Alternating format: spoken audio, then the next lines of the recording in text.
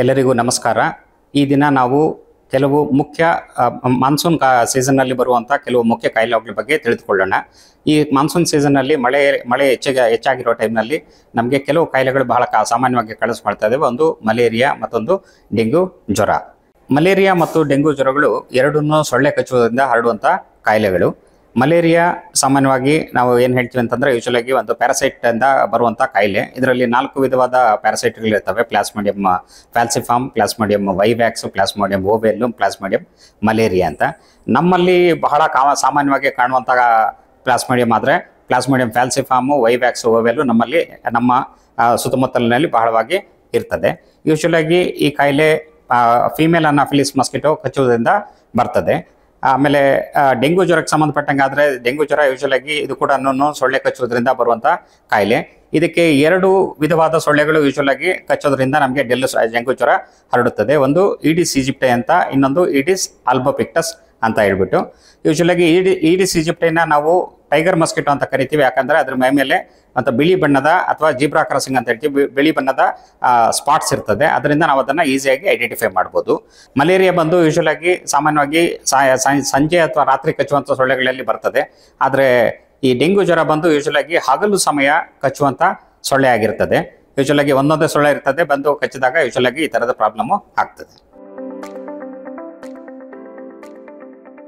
ಈಗ ಮಲೇರಿಯಾ ಮತ್ತು ಡೆಂಗ್ಯೂ ಬಗ್ಗೆ ತಿಳ್ಕೊಂಡಾಗ ಈ ಕಾಯಿಲೆಗಳನ್ನ ಯಾವ ಥರ ನಾವು ಐಡೆಂಟಿಫೈ ಮಾಡ್ಬೋದು ಅನ್ನೋದನ್ನು ಫಸ್ಟ್ ತಿಳ್ಕೊಬೇಕಾಗತ್ತೆ.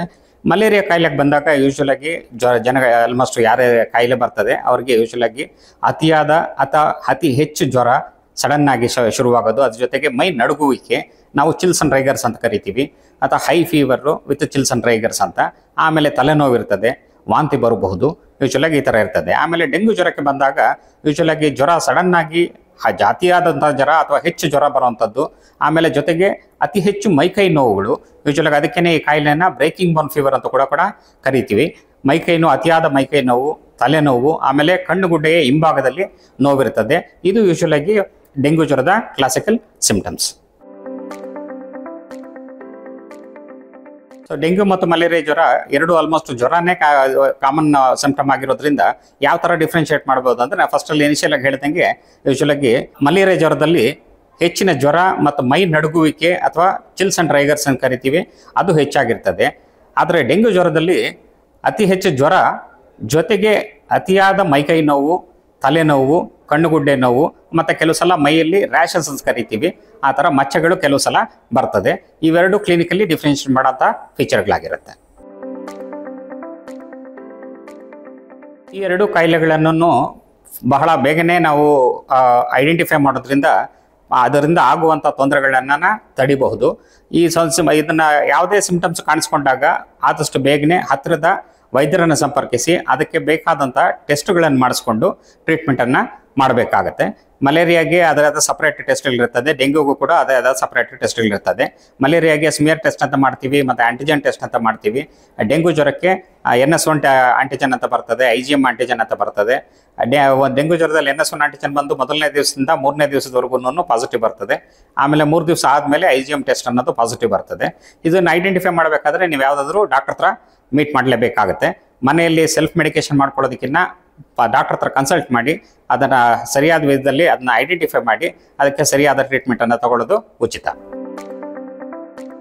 ಮಲೇರಿಯಾ ಮತ್ತು ಡೆಂಗ್ಯೂ ಜ್ವರಗಳು ಎರಡನ್ನೂ ತಡೆಗಟ್ಟಬಹುದಾದಂಥ ಕಾಯಿಲೆಗಳಾದರೂ ಕೂಡ ಕೆಲವು ಸಲ ಬಂದಾಗ ಮೊದಲೇ ನಾವು ಅದನ್ನು ಪ್ರಿಕಾಷನ್ಸ್ ತಗೊಳ್ಳಿಲ್ಲ ಅಂತಂದರೆ ಇದರಿಂದ ತೊಂದರೆಗಳಾಗುವ ಚಾನ್ಸಸ್ಸು ಇರ್ತದೆ. ಮಲೇರಿಯಾದಲ್ಲಿ ಯೂಶಲಾಗಿ ಅದರಲ್ಲಿ ಹಿಮೋಲೈಸಿಸ್ ಅಂತ ಕರಿತೀವಿ, ಬ್ಲಡ್ ಲಾಸ್ ಆಗುತ್ತೆ. ಇದು ಬ್ಲಡ್ ಬಾಡಿನಲ್ಲಿ ಹಿಮೋಗ್ಲೋಬಿನ್ ಕಂಟೆಂಟ್ ಕಡಿಮೆ ಆಗುತ್ತೆ. ಆಮೇಲೆ ಇದು ಮಲ್ಟಿ ಆರ್ಗನ್ ಫೇಲ್ಯೂರ್ ಅಂತ ಆಗುತ್ತೆ. ಆಮೇಲೆ ಕೆಲವು ಸಲ ಇದು ತೀರಾ ಹೆಚ್ಚಾದಾಗ ಮೆದುಳಿಗೂ ಕೂಡ ಎಫೆಕ್ಟ್ ಆಗಿ ಸೆರೆಬ್ರಲ್ ಮಲೇರಿಯಾ ಅಂತ ಆಗುತ್ತೆ. ಅದರಿಂದ ಪ್ರಾಣಹಾನಿ ಕೂಡ ಸಂಭವಿಸ್ಬೋದು.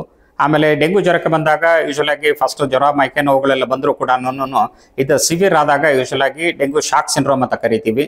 ಅದರಲ್ಲೂ ಕೂಡ ಬಾಡಿಯಲ್ಲಿ ಬಿ ಪಿಯಲ್ಲಿ ವ್ಯತ್ಯಾಸ ಆಗಿ, ಉಸಿರಾಟದಲ್ಲಿ ವ್ಯತ್ಯಾಸ ಆಗಿ, ನೀರಿನ ಅಂಶದಲ್ಲಿ ವ್ಯತ್ಯಾಸ ಆಗಿ ಮಲ್ಟಿ ಆರ್ಗನ್ ಫೇಲ್ಯೂರ್ ಅಂತ ಆಗುತ್ತೆ.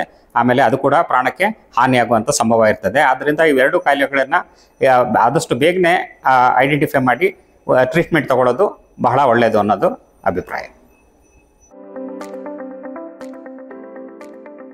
ಮಲೇರಿಯಾ ಜ್ವರಕ್ಕೆ ಈಗಾಗಲೇ ಅದಕ್ಕೆ ಸರಿಯಾದ ಸ್ಪೆಸಿಫಿಕ್ ಮೆಡಿಸಿನ್ಸ್ ಅಂತ ಕರಿತೀವಿ, ಅದನ್ನು ಅವೈಲಬಿಲಿಟಿ ಇದೆ. ಅದನ್ನು ಅಂದರೆ ಎಕ್ಸಾಂಪಲ್ ಅಂತ ಹೇಳಬೇಕಂದ್ರೆ ಕ್ಲೋರೋಕ್ವಿನ್ ಮೆಡಿಸಿನ್ಸ್ ಅಂತ ಬರ್ತದೆ, ಆರ್ಟಿಮೆಸಿನ್ ಡೆರಿವೇಟಿವ್ಸ್ ಅಂತ ಬರ್ತದೆ, ಕ್ವಿನಿಯನ್ ಅಂತ ಬರ್ತದೆ, ಡಾಕ್ಸಿಸೈಕ್ಲಿನ್ ಅಂತ ಬರ್ತದೆ. ಬಟ್ ಯಾವ ಮೆಡಿಸಿನ್ನು ಯಾವ ಥರ ಯೂಸ್ ಮಾಡಬೇಕು ಅನ್ನೋದು ಡಾಕ್ಟರ್ ನೋಡಿ ಐಡೆಂಟಿಫೈ ಮಾಡಿದಾಗ ಗೊತ್ತಾಗುತ್ತೆ. ಆದರೆ ಡೆಂಗ್ಯೂ ಜ್ವರಕ್ಕೆ ಸಂಬಂಧಪಟ್ಟಂಗೆ ಹೋದರೆ ಅದಕ್ಕೆ ಪರ್ಟಿಕ್ಯುಲರ್ ಆಗಿ ಅದಕ್ಕೆ ಅಂತ ಹೇಳ್ಬಿಟ್ಟಿದ್ದನ್ನು ಯಾವುದೇ ಒಂದು ಪರ್ಟಿಕ್ಯುಲರ್ ಮೆಡಿಸಿನ್ನು ಇರೋದಿಲ್ಲ. ಯೂಶ್ವಲ್ ಆಗಿ ಅದನ್ನು ನಾವು ಸಪೋರ್ಟಿವ್ ಟ್ರೀಟ್ಮೆಂಟ್ ಅಂತ ಹೇಳ್ತೀವಿ. ಆ ಸಪೋರ್ಟಿವ್ ಟ್ರೀಟ್ಮೆಂಟ್ ಏನಪ್ಪ ಅಂತಂತಂದರೆ ಹೈಡ್ರೇಷನ್ ಅಂತ, ಅಂದರೆ ಹೆಚ್ಚು ನೀರಿನ ದ್ರವ ಪದಾರ್ಥ ಸೇರಿಸುವಂಥದ್ದಾಗಲಿ, ಆಮೇಲೆ ಅದಕ್ಕೆ ಜ್ವರಕ್ಕೆ ಔಷಧಿ ಕೊಡೋಂಥದ್ದಾಗಲಿ, ನೋವಿಗೆ ಔಷಧಿ ಕೊಡೋಂಥದ್ದಾಗಲಿ, ಈ ಥರದ ಪ್ರಿಕಾಷನ್ಸ್ನ ತಗೋಬೇಕಾಗತ್ತೆ. ಕೆಲವು ಸಲ ಅದು ಮನೆಯಲ್ಲೂ ಮಾಡ್ಬೋದು, ಬಟ್ ಕೆಲವು ಸಲ ಅದನ್ನು ಆಸ್ಪತ್ರೆಯಲ್ಲಿ ಅಡ್ಮಿಟ್ ಆಗಿ ಟ್ರೀಟ್ಮೆಂಟ್ ತಗೋಬೇಕಾಗಿ ಬರ್ತದೆ. ಮತ್ತು ಡೆಂಗ್ಯೂ ಜ್ವರ ಎರಡೂ ಪ್ರಿವೆಂಟಬಲ್ ಕಾಯಿಲೆ ಅಂತ ತಡೆಗಟ್ಟಬಹುದಾದಂತಹ ಕಾಯಿಲೆಗಳಾಗಿರುತ್ತದೆ. ಯೂಶ್ವಲ್ ಆಗಿ ಈ ಟೈಮ್ನಲ್ಲಿ, ಎಸ್ಪೆಷಲಿ ಮಾನ್ಸೂನ್ ಟೈಮ್ಗಳಲ್ಲಿ ಕಾಯಿಲೆ ಹೆಚ್ಚಾಗುವ ಕಾರಣ ಯೂಶ್ವಲ್ ಆಗಿ ನಾವು ಲಾಂಗ್ ಸ್ಲೀವ್ ಇರುವಂಥ ಬಟ್ಟೆಗಳನ್ನ ಹಾಕ್ಕೊಡೋದು, ಆಮೇಲೆ ಆದಷ್ಟು ಮನೆಯಲ್ಲಿ ಮಲಗಿರಬೇಕಾದ್ರೆ ಮಸ್ಕಿಟೋ ನೆಟ್ಸ್ನ ಯೂಸ್ ಮಾಡೋಂಥದ್ದು ಮಾಡಬೇಕಾಗತ್ತೆ. ಅದ್ರ ಜೊತೆಗೆ ಮನೆಯಲ್ಲಿ ನೀರು ನಿಲ್ಲದಂತೆ ನೋಡ್ಕೋಬೇಕಾಗುತ್ತೆ. ಮನೆಯಲ್ಲಿ ಮನೆ ಸುತ್ತಮುತ್ತಲು ನೀರು ನಿಲ್ಲದಂಗೆ ನೋಡ್ಕೋಬೇಕು. ಆಮೇಲೆ ವೇಸ್ಟ್ನೆಲ್ಲನೂ ಪ್ರಾಪರಾಗಿ ಡಿಸ್ಪೋಸ್ ಮಾಡಬೇಕಾಗತ್ತೆ. ಯೂಶ್ವಲ್ ಆಗಿ ವೇಸ್ಟನ್ನ ಬಹಳ ಪ್ರಾಪರಾಗಿ ಡಿಸ್ಪೋಸ್ ಮಾಡಲಿಲ್ಲ ಅಂದರೆ ಆದರೂ ಕೂಡ ನೀರು ನಿಂತು ಮಸ್ಕಿಟೋ ಬ್ರೀಡಿಂಗ್ ಆಗಿ ಸೊಳ್ಳೆ ಕಚ್ಚುವ ಸಂಭವ ಜಾಸ್ತಿ ಇರುತ್ತದೆ.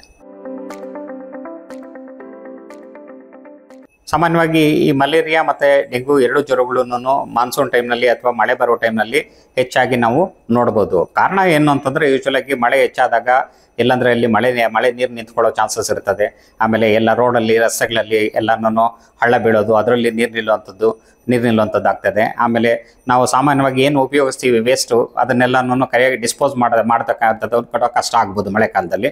ಯೂಶ್ವಲಾಗಿ ಆ ಥರ ಟೈಮಲ್ಲಿ ಏನಾಗುತ್ತೆ, ಎಲ್ಲಂದರೆ ಅಲ್ಲಿ ಕಸ ಬಿದ್ದಿರೋದು ಶೇಖರಣೆ ಆಗೋದು, ತೆಂಗಿನಕಾಯಿ ಚಿಪ್ಪುಗಳಾಗಿರ್ಬೋದು, ಟೈರ್ಗಳಿರ್ಬೋದು, ಎಲ್ಲಂದರೆ ಅಲ್ಲಿ ಬಿಸಾಕಿದ್ರೆ ಅವಾಗ ಏನಾಗುತ್ತೆ, ವಾಟರಲ್ಲಿ ನೀರೆಲ್ಲ ಸೇರ್ಕೊಡುತ್ತೆ. ಯೂಶ್ವಲಾಗಿ ಅದು ಸೊಳ್ಳೆಯ ಸಂತಾನೋತ್ಪತ್ತಿಗೆ ಹೆಲ್ಪ್ ಆಗುತ್ತೆ. ಇದರಿಂದ ಕಾಯಿಲೆ ಜಾಸ್ತಿ ಆಗ್ತಾ ಹೋಗುತ್ತೆ. ಆದಷ್ಟು ಇದನ್ನು ನಾವು ಈ ಕಾರಣದಿಂದ ಯೂಶ್ವಲಾಗಿ ಇದನ್ನು ಸೊಳ್ಳೆ ಬ್ರೀಡಿಂಗ್ನ ಕಡಿಮೆ ಮಾಡ್ತಾ ಹೋದರೆ ಕಾಯಿಲೆಯನ್ನು ಪ್ರಿವೆಂಟ್ ಮಾಡಬಹುದು. ಸೊ ಆದ್ದರಿಂದ ನಾವು ತಡೆಗಟ್ಟಬಹುದಾದ ಕಾಯಿಲೆಯಿಂದ ನಮ್ಮ ಕೈಯಲ್ಲಿ ಆಗುವಂಥ ಕೆಲವು ಕೆಲಸಗಳು ನಾವು ಏನು ಮಾಡ್ಬೋದು ಅಂತಂದರೆ, ಒಂದು ಎಲ್ಲೂ ನೀರು ನಿಲ್ಲದಂತೆ ಶೇಖರಣೆ ಆಗದಂತೆ ನೋಡ್ಕೊಳ್ಳೋದು. ಎಲ್ಲೇ ನೀರಿದ್ರೂ ಕೂಡ ಅದನ್ನು ಮುಚ್ಚಿದ ಏನಾದರೂ ಐಟಮ್ ತಗೊಂಡು ಮುಚ್ಚಿಬಿಟ್ಟು ಕ್ಲೋಸ್ ಮಾಡಿ ಇಟ್ಕೊಳ್ಳೋಂಥದ್ದು ಒಳ್ಳೆಯದು. ಓಪನ್ ಆಗಿ ನೀರಿದ್ರೆ ಯೂಶ್ವಲಾಗಿ ಅದರಲ್ಲಿ ಸೊಳ್ಳೆ ಉತ್ಪತ್ತಿ ಜಾಸ್ತಿ ಆಗುತ್ತೆ.